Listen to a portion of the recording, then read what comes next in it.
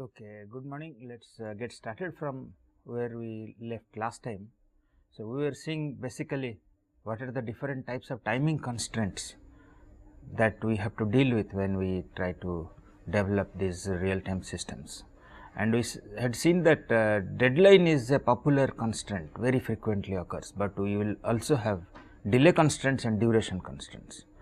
And we had said that we need to model these for various reasons. One is to understand these constraints better. The second is that we can generate code from this, and I was saying that there are many tools being used in industry, where the model timing constraints and automatically generates code for them, right. So, let us see now how do we really construct the models. So, we had seen that it serves as a formal specification, can be used to verify the behavior and to specify the behavior of the system and the environment accurately, can be used to automatically generate code, and also it helps us understand, get insight into the behavior of the real time behavior. And we had last time said that we will use extended finite state machine for modeling the timing behavior.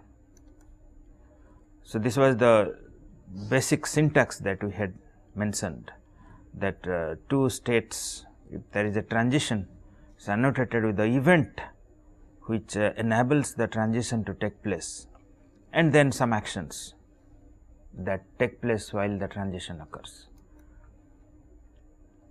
So, the first thing we are trying to model last time is a stimulus deadline constraint, or the deadline existing between two stimulus events.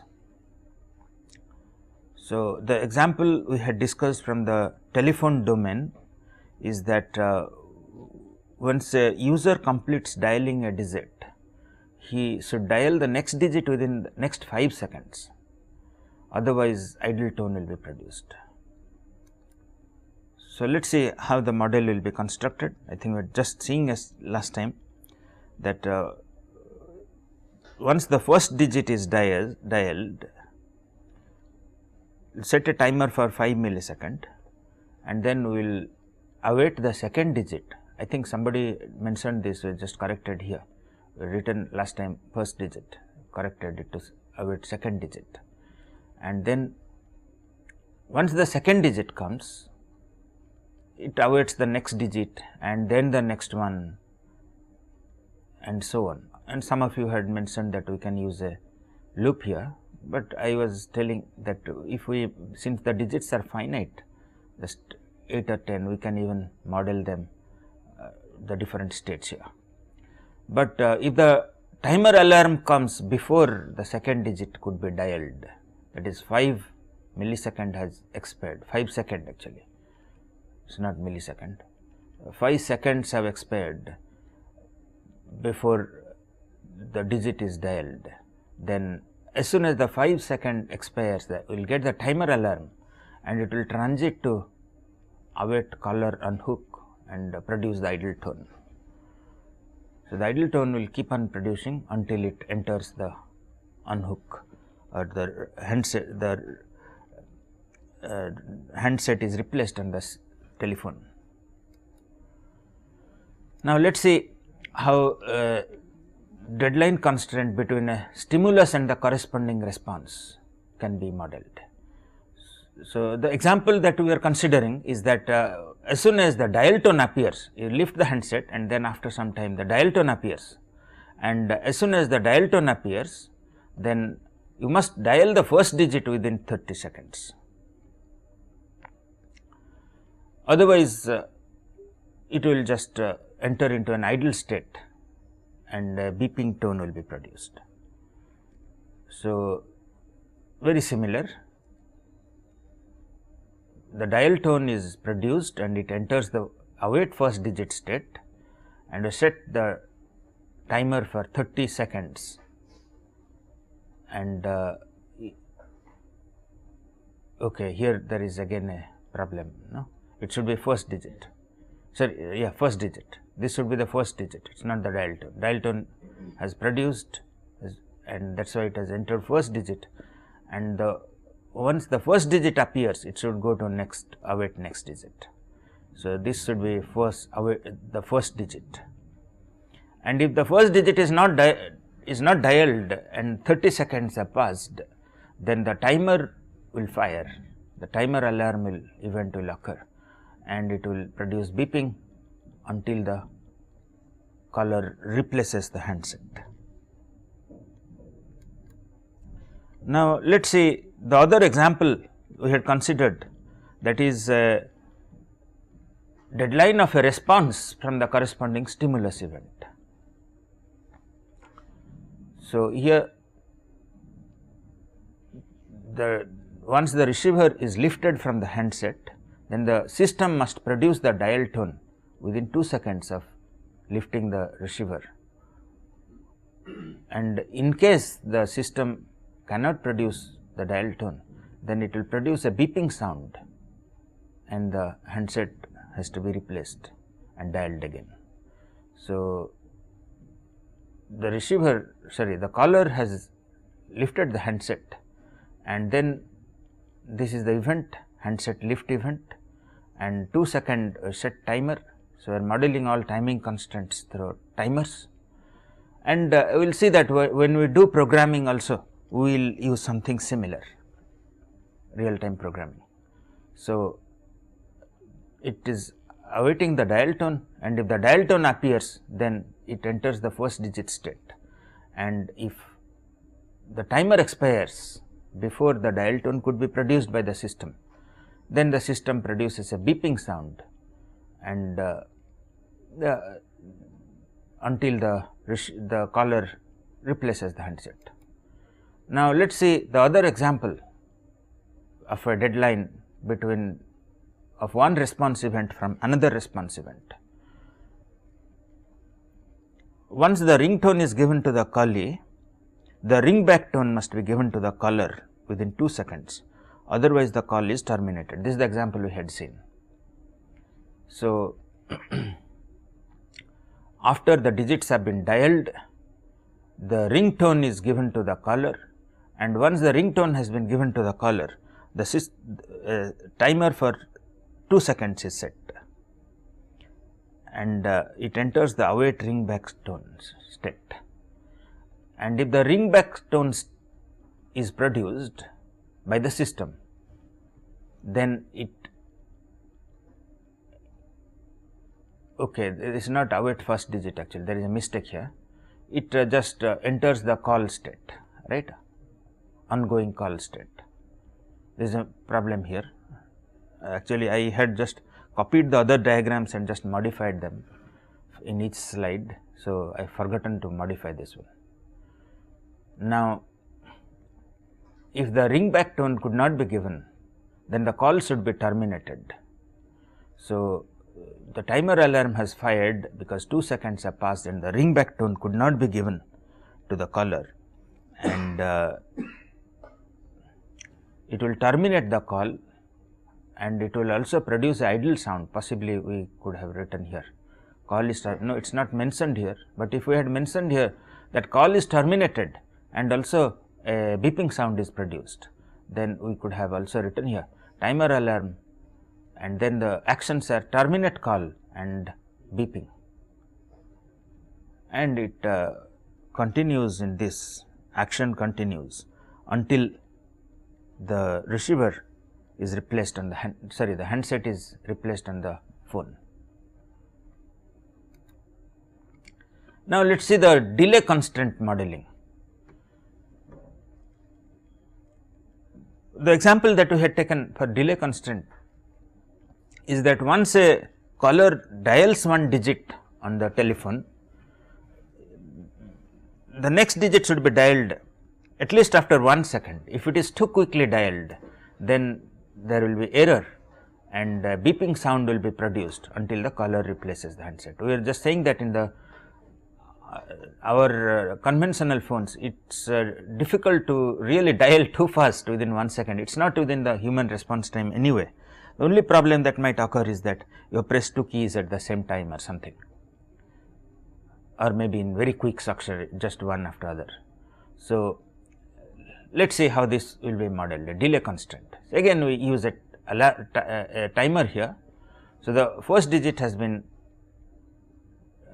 dialed and we set a timer of 1 second, right, and then it awaits the next event or awaits the next digit, and okay, here also there is a problem actually, not written it properly. So, if the second digit comes, okay, so if the second digit, timer alarm is all right, if the second digit comes here, this should have been second digit, right. If the second digit comes here before the alarm, and then it should go to await receiver on hook, it should produce a, it should not terminate call, it should actually produce a beeping sound. I am sorry, here both are these incorrect, I just did it quickly. The timer alarm it should be have been the second digit, and the terminate call should have been beeping.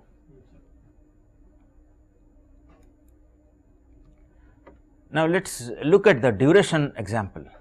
This is actually more involved, because there are several types of deadline and delay constraints involved here. So, the example of the duration that we are discussing from the telephone domain is that if the button is on the handset is pressed for less than 15 seconds, it will connect to the local operator, and if you keep on pressing the button for more than 15 seconds up to 30 seconds, then it will connect to the international operator, and any press more than 30 seconds, if you keep on pressing for more than 30 seconds, then it will produce the dial tone. So, this is the duration that between 0 to 15 connect to the local operator, between 15 to 30 duration it will connect to the international operator, and 30 more than 30 it will connect to the, it will produce the dial tone. But how do we model this duration constraint? We will have to first identify the deadline and delay constraints involved here, and then we will have to identify the constraints are for which events. So, let us look at the model and then try to answer these questions. So, see here, okay, I am sorry, again there is a mistake here, it should have been button release, right, instead of button press. See, you release the button on the handset, that is what is written here also.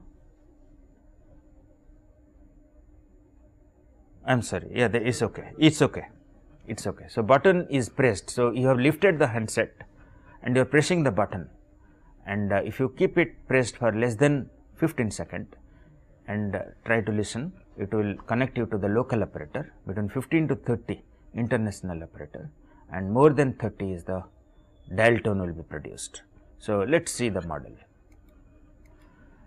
So, this is all right, you are pressing the button and setting the timer for 15 seconds. So, this if the button release occurs, so this is the deadline, the button release occurs between 15 less than 15, then it will connect to the local operator state will be reached. But the timer alarm comes, that is a delay of 15 seconds. After the delay of 15 seconds, it will reach the await event 2, and in await event 2 we have a deadline here, just see here, by if before 15 seconds the button release occurs, the deadline is 15 here for it to reach the international operator state. Now, if the timer alarm occurs, that is again another delay of 15, then if the timer alarm comes here before the button could be released, then it will await the button release for any time that you keep it pressed. There is no limit, that is what it said, more than 30. So, keeps on waiting here until you release the button, and the dial tone is produced after you release the button, and it it goes to the dial tone state. Now, let us try to do few small examples. Let us see if you can do. Please do it neatly, I will just show it here. So, first example, simple one. The temperature of a chemical reactor when the temperature of a chemical reactor rises above some threshold T degree centigrade, let us say, then the heater needs to be shut off within 5 millisecond of this event occurring, otherwise the plant is shut off. Just a simple problem, modeling problem. Let us see using the syntax and the concepts that were discussed, that timing is modeled using a timer. Let us see if you can do this. Please try.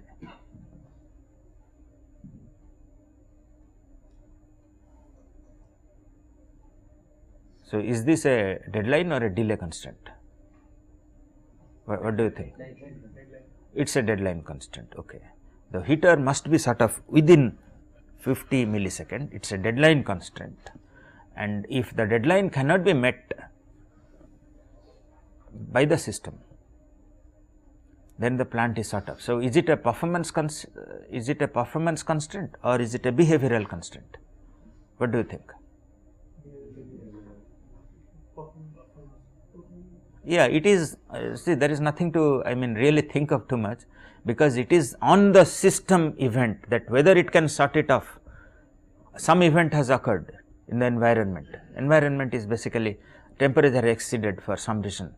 So, can the system be shut off within 10, or can the computer there controlling it produce the event to shut it off within 10 millisecond.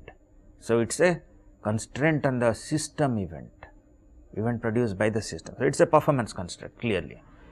Now, let us see whether you are able to draw the model. So, as soon as you draw it, please give it here. Anyone who completes first will just display it, so that the others can see and give their comments, if it is correct or if there are any difficulties there.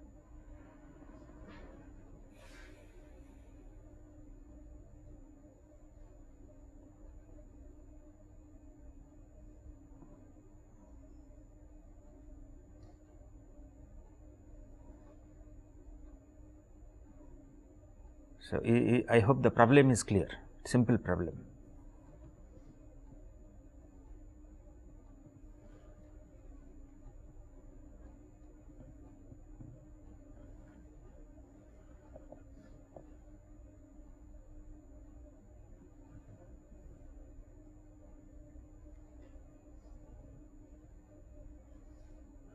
Done? Okay, great. Let us see. Yeah, what is your name? Sorry? Bharat. Bhanu Prasad. Okay. So, let us see what Bhanu Prasad has done.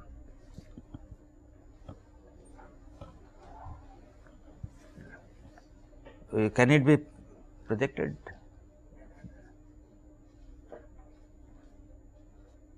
Let us see if it shows up. Okay, it is actually showing very small, but still let me just read out so that you can see here, that the way he has done it here is that the event is temperature above T degree centigrade, and then he has a set timer. The action is set timer and is set it for 10 millisecond, and then what is this is not labeled anything. So, does it go to a state or is it just a, it is nothing here, that is what he says. So, if the timer alarm comes, then the plant is shut off, but what about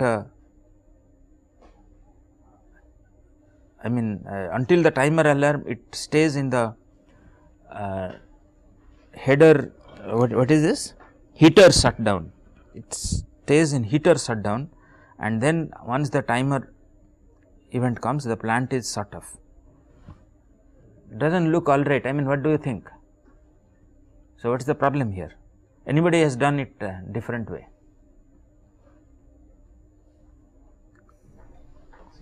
Yeah, please. Yeah, give it. So, let us see here. Actually, for this to be projected, maybe you should draw it slightly larger. Okay. So, let us see this. I am sorry, what is your name? Srikanth. Let us see what Srikanth has done.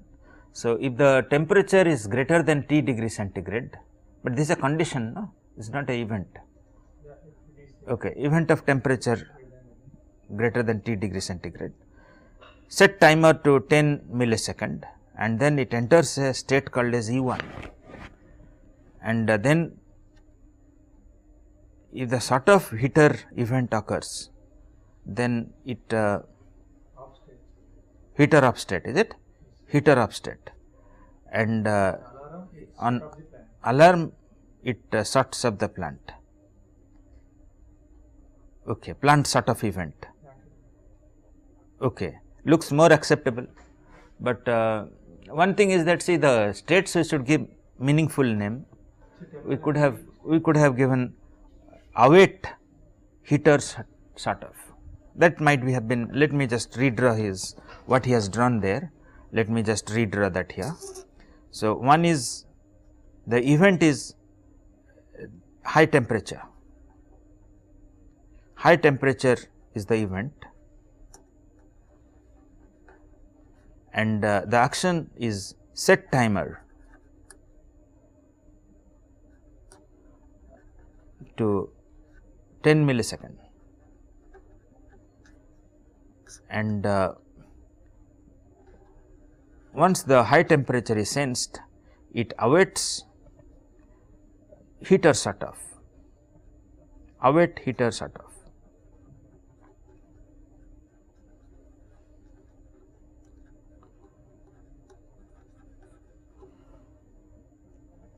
And if the timer alarm comes before the heater could be shut off,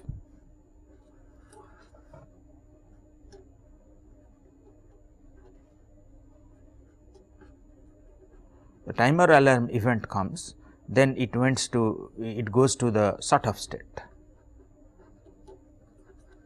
On the other hand, if the heater shut off signal could be generated to the corresponding sensor,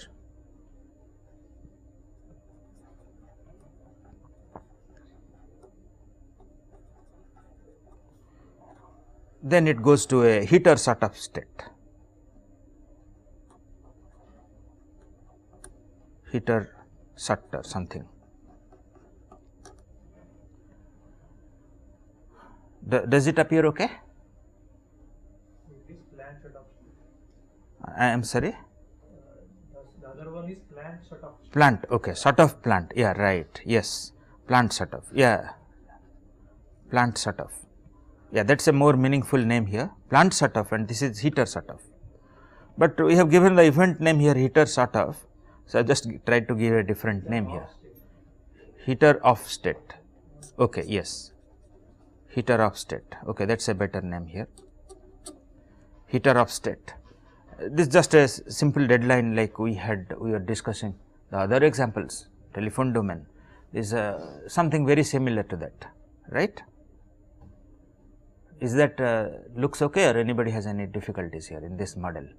Because if you are actually developing real time systems programming, many times you will have to actually develop this using some tools. For example, the Simulink state flow, I think he will tell you about that.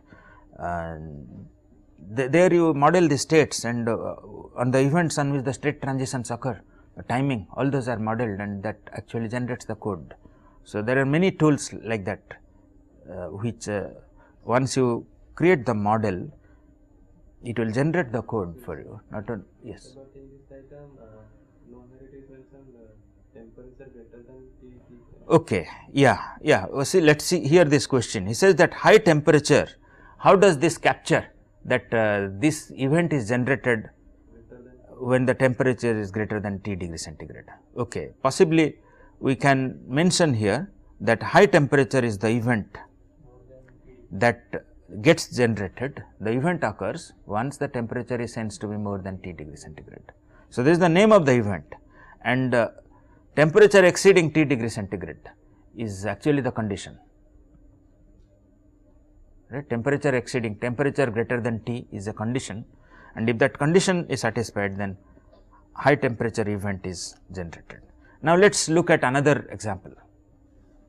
Let us see if you can do that, possibly is slightly more complex than this one. Please take your notebooks. So, this is an example of a wash machine.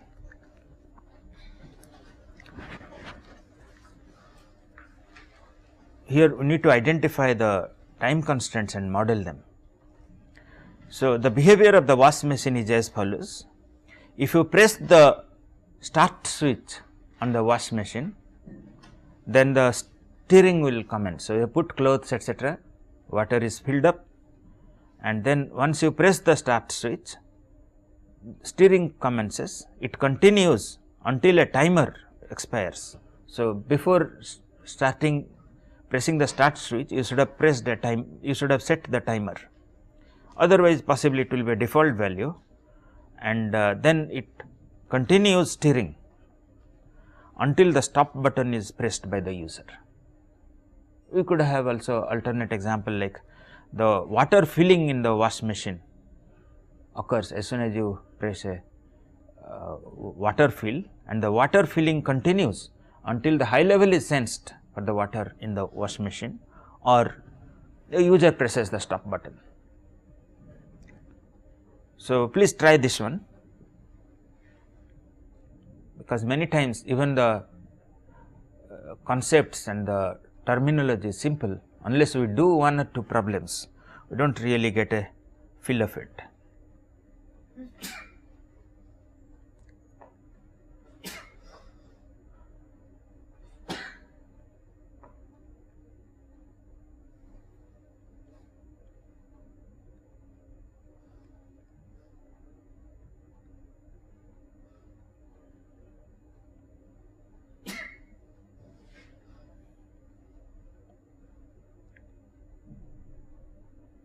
Very similar to the previous problem, just small modifications in the model. Please try.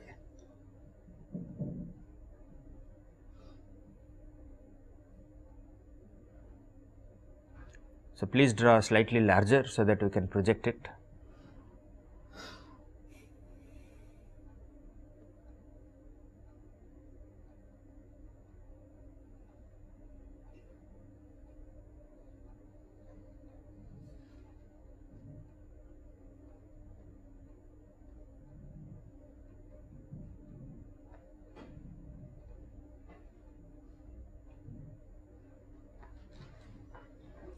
So, Srikant again has completed earliest. Let us see what he has done.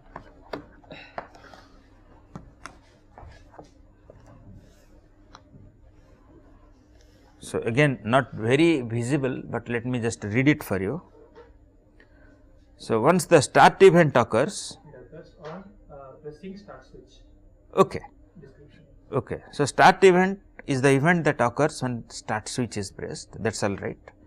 Now, set timer for the default value.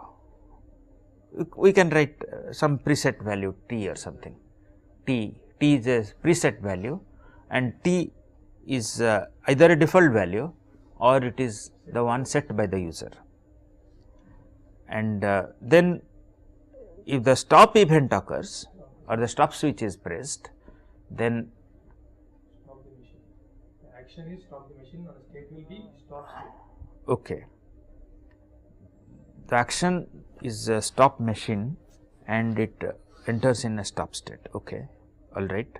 Now, if the timer alarm occurs before the stop could be pressed, and then stop machine signal is generated. So, these actions occur by the system, is not it? Stop machine is action by the system, and this is the event. Stop event is by the user, and here it again enters the stop state. We could have also used the same state. Two, it can two states, yes. Stop, comma, timer alarm. The events Here stop machine and timer alarm, is it? either stop or timer alarm. Means the events, two events. No, that is okay. I am saying that state can be one and you can have two transitions occurring here. Means Possible. One transition we can keep two events labeled. No, that will be confusing. I mean, how do you have two events on one transition? That you can do. Each transition is enabled by one event.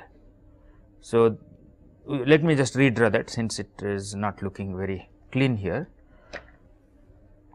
So, let me just copy his model here.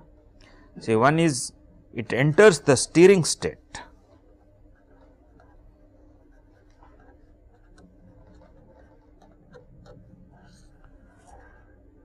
Once the start event occurs,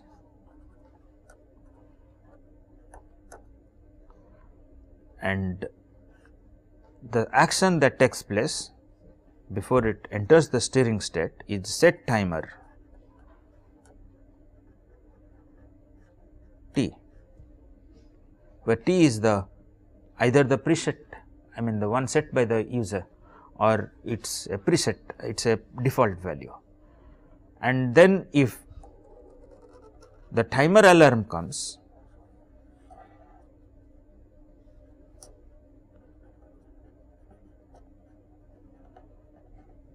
then it goes into the stop state, and you can write the action is some stop machine signal is generated.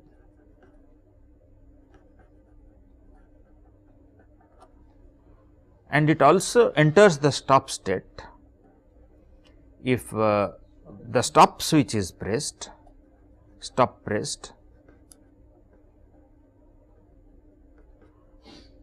and again the stop machine signal is generated by the system. The event is by the user, whereas the action is by the system, and then it again enters the stop state. Does that appear all right? Any difficulties here? Okay. So, let us proceed further. So, let us not spend time practicing more problems, because if we are able to do simple problems, then possibly we can do more complex problems with a little bit of effort. We have to just identify the timing constants and then identify the states, and then model the, I mean find out which transition event causes the transition, and then the action that takes place, and that is about it. Right. Now, let us proceed further. Okay. Now, let us look at some very basics of task scheduling. We have looked at the timing constants, and we are saying that the main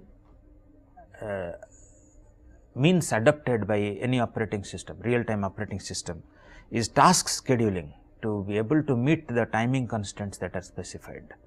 So, let us see what are the task scheduling techniques here, and how are these different from the task schedulers you had studied in a simple, I mean first level operating system course. So, we had seen that the events that we are concerned about are either the ones that are generated by the environment or those which are generated by the system, right. We will call them as internal or external events. And we had just seen the example of an event getting generated on a temperature exceeding some value, and this is the event which is generated by the environment.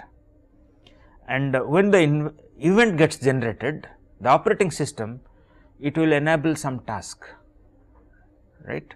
Tasks have been programmed, written the program, and there are handler events, we will see later, and that will just enable the task, right.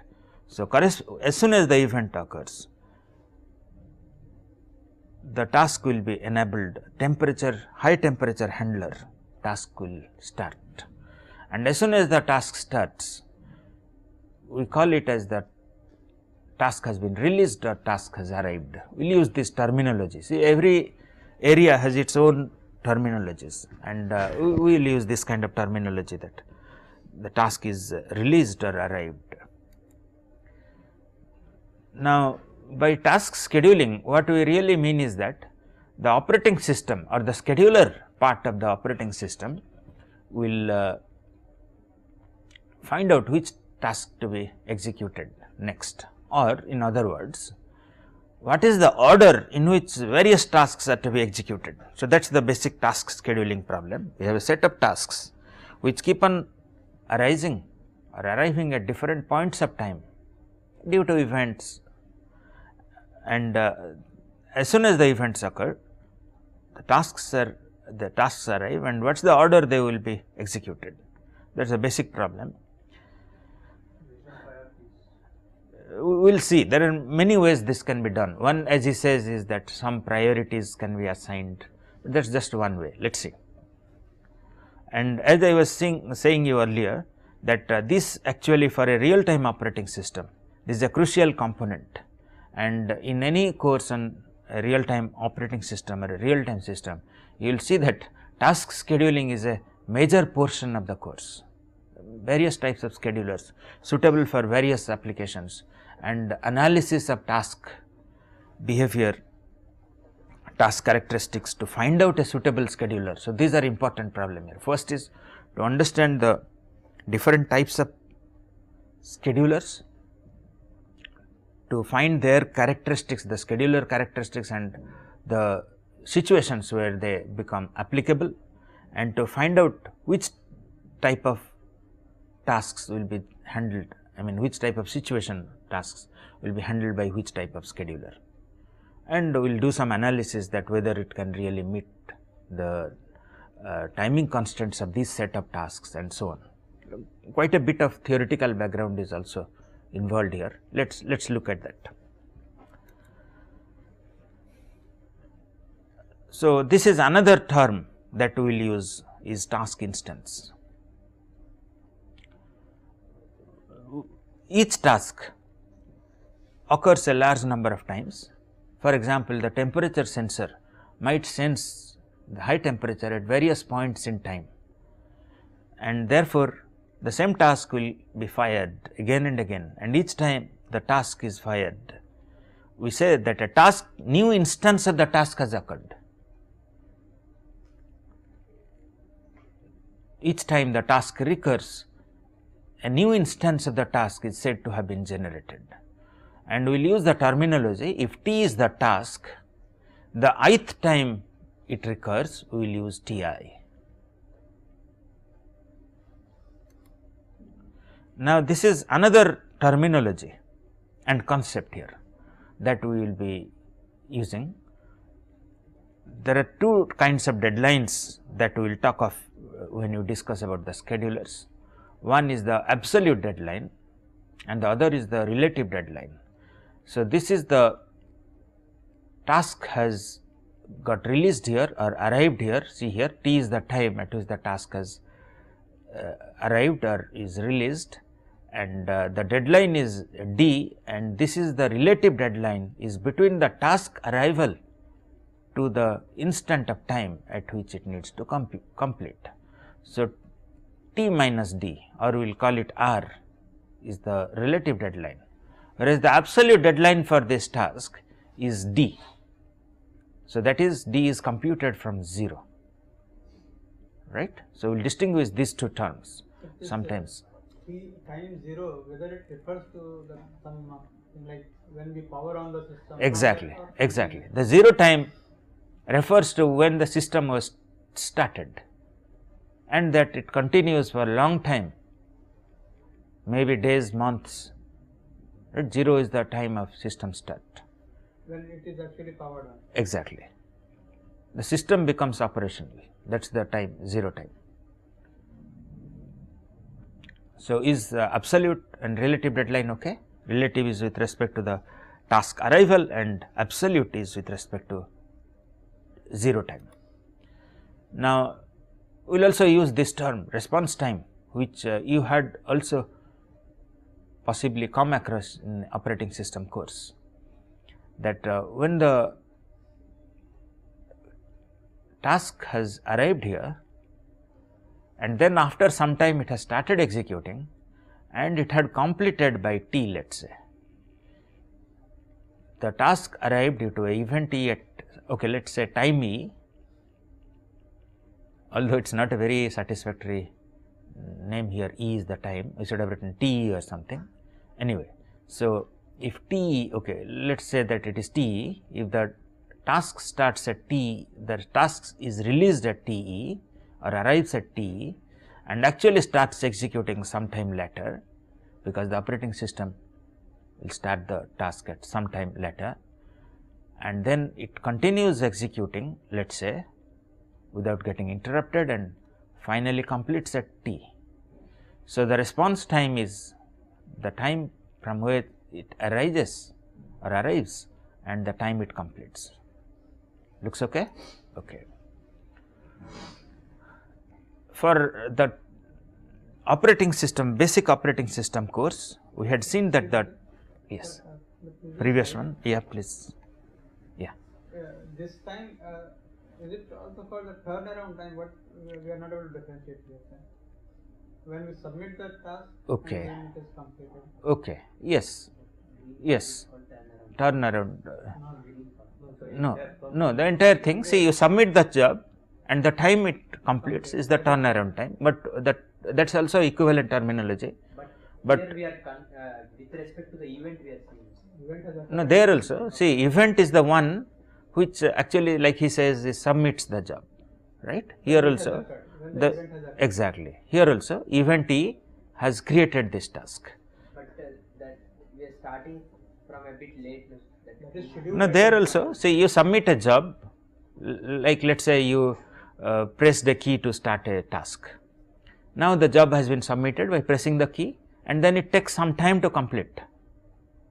It is the turnaround time, he says, for the task, and we use the response time, because we are, I mean, equivalent terminology, but what we are trying to mean here is that once a event occurs, what is the response of the system by which it produces the action, right? The task is let us say the temperature, high temperature is sensed here, and then it takes up the task of handling the high temperature sometime, because some other task might be running here, it cannot immediately start it, starts it after some time, and then as soon as the handler task completes, it finds that the shutdown switch should be, shutdown signal should be generated, and at this point the shutdown signal gets generated.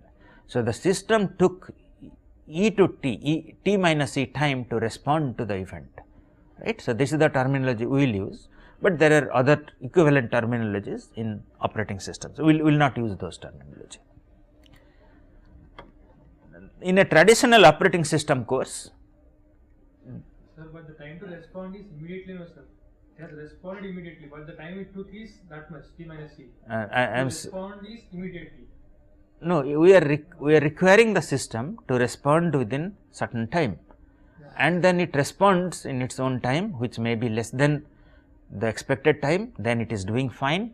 If it is more than the expected time or the deadline, then the system has failed, or it has, we need to do some handling of the exception that arises due to that. Response time when it gets fast executed or till the completion? Till the completion. See, after the completion only, then the action will take place. Let us assume a simple case where the action takes place only after completion. So, if the action can take place, like let us say once the task is running and it takes actions at different points of time when it is running. So, then that is a separate case, right, more complicated case that we are not talking of here. Just considering a very simple case, that once the task starts, it does some computation, based on the computation it generates a signal, and the time from the event that occurred to the task that ran and completed and produced the signal, that is the response time. Okay. Now, in the traditional operating system course, implicitly, without, I mean, we discussing there that what kind of tasks we are running there, those are all soft real time tasks or interactive tasks, right. The user submitted a job like he said. So, in those situations, one of the objective of the operating system is to reduce the response time or minimize the response time, and that is the main principle by which all the scheduling algorithms for a traditional operating system like Unix or Windows is designed, to reduce the response time for the tasks. On the other hand, the kind of scheduler that we will see here for hard real time tasks is that we do not gain anything by completing it very fast. Minimizing the response time is not really very important here. As long as we are able to do it within the deadline, we are as good as completing it very fast. So, no advantage of completing any task early, need to complete it by its deadline, that is the only requirement. So, we are not worried about minimizing the response time. So, that is one important point must remember as we proceed further. We had also seen that the tasks are periodic, sporadic or aperiodic. There are three main types of tasks that we will be talking of.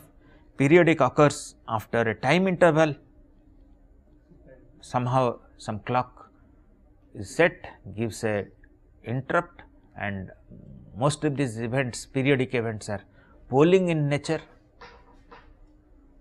and we will see that a majority of the tasks that will be concerned are actually periodic tasks. And in simple systems like let us say air conditioner, so it is sampling the temperature periodically, let us say, and then as soon as it exceeds some value, it switches on, right. So, this periodic events are many and many examples of that is there, and in simple systems most of the almost all events, 100% of the events in some systems are periodic in nature. Whereas, we will have few systems which are few tasks which are sporadic, occur at random instants, and aperiodic which again occur at random instant, but the minimum separation can be 0. Now, let us look at for a periodic task, what do we mean by the phase of the task? This is also a term that we will use very frequently. Once the system starts, the system is switched on, then after a delay of certain time, a periodic task starts and keeps repeating with a period of p, right. From this point, the first instance of the task starts, and then every p it keeps on recurring. So, this phi, the time phi for the first instance of the task to start from the 0 time is called as the phase of the task. Is that okay? We will use this term frequently. Let us consider an example of a phase.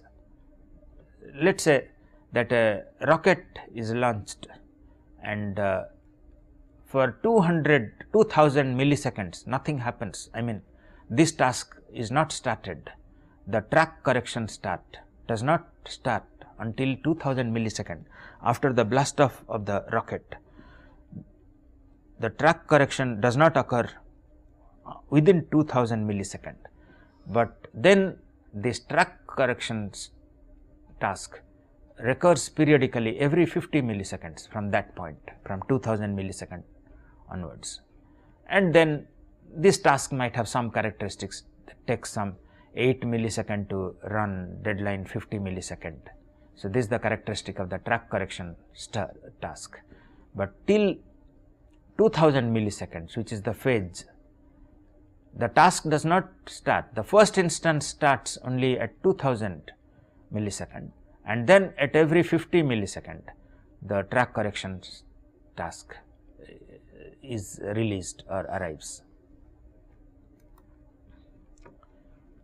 Now, few more terminologies, because as we are saying that in any area, whether you are talking of a doctor or you are talking of a computer person or you are talking of a mechanical person, mechanical engineering person. Everybody has his own terminology, every area. So, if we get familiar with the terminology, we will understand the topics well, and if we read a literature or a book, we will be able to appreciate that. But of course, terminologies are a bit boring, you have to remember what are these terms and what is their meaning. One is a valid schedule.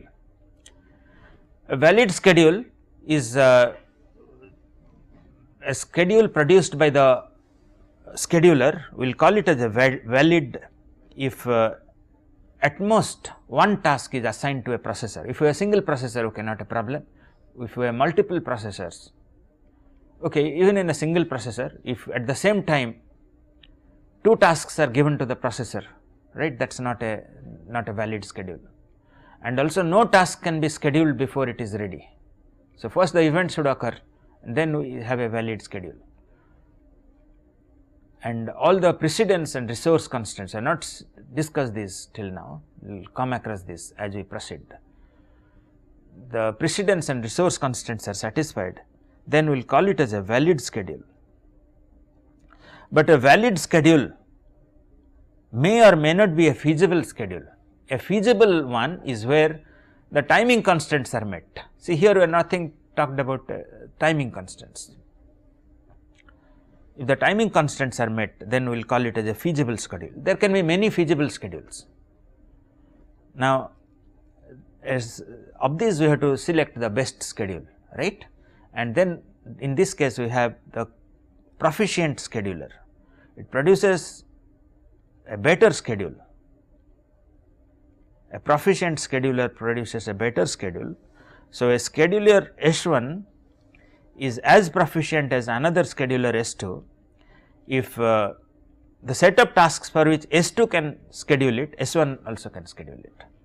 So, S1 is as proficient as S2. So, that means whatever S2 can schedule, S1 can also schedule, and vice versa. Not versa. Not it's been there, but not vice versa. Okay. No, okay, it should have been vice versa and vice versa, because it is as proficient. No, sir. It is not vice versa. Okay, it is more proficient. Okay, I think there is a the term is slightly misleading. If we had said more proficient, then this problem would not occur. So, proficient means it is more proficient. So, okay, here is the main problem here. S1 is more proficient, it is not as, right, there is a mistake here. That is at least as proficient as at least as. Okay, S1 is at least as proficient as another, or S1 is more proficient than another. It is at least as proficient. I think that is a correct term to use here. So, S1 is as proficient as another scheduler S2. If S2 can handle a set of tasks, produce a feasible schedule for a set of tasks, then S1 also can produce. An equally proficient scheduler on the other hand is one where if S2 can produce a feasible schedule, so can S1. And we can extend that terminology to talk of an optimal scheduler. This terminology we will use very frequently. Here an optimal scheduler is one which can feasibly schedule any set of tasks that any other scheduler can. Any other scheduler can produce a feasible task, then the optimal scheduler should be able to produce the feasible schedule, right, is the concept of optimal. It is a valid and also feasible, that means time constraints are also met, or in other words, if any scheduler can produce a schedule by which the time constraints of a set of tasks is met, the optimal scheduler can definitely do that. But sometimes some scheduler will fail to produce a schedule for some set of tasks, some combination of tasks, but the optimal scheduler in any case will produce the schedule if any other scheduler is able to schedule. I am not saying that the optimal scheduler will be able to handle all cases, no. Many of the tasks it may not be able to handle, right, it may not be able to produce a feasible schedule for many types of tasks, but it is at least as good, or it can at least produce the feasible schedules what the other schedulers that are known can produce. Is that okay? Okay, so let us stop here. We will continue in the next class.